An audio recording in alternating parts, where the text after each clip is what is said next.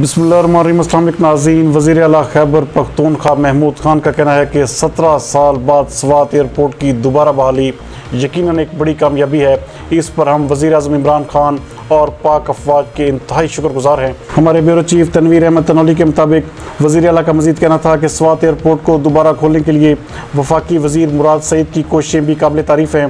स्वात के लिए परवाज़ें बहाल करने के सिलसिले में सिविल एविएशन अथॉरिटी PIA और ज़िला इंतज़ामिया की कोशिशें भी यकीनन काबिल तहसीन हैं। इस मौके पर उनका मज़ीद कहना था कि स्वात के लिए कौमी एयरलाइन की परवाज़ें बहाल होने पर स्वात और मालाकंड की आवाम को मुबारकबाद पेश करता हूँ।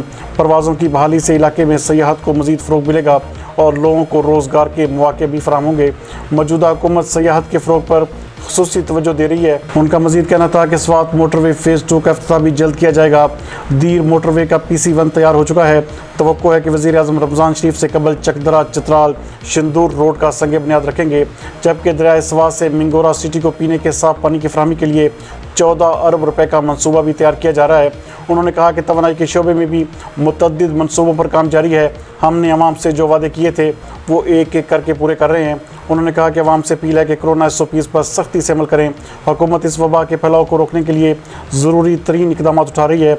उन्होंने कहा कि हुकूमत के तमाम इक़दाम का मकसद लोगों की जानों का तहफ़्फ़ुज़ है और अवाम SOPs पर अमल दरामद के सिलसिले में इंतज़ामिया से भरपूर तावन करें।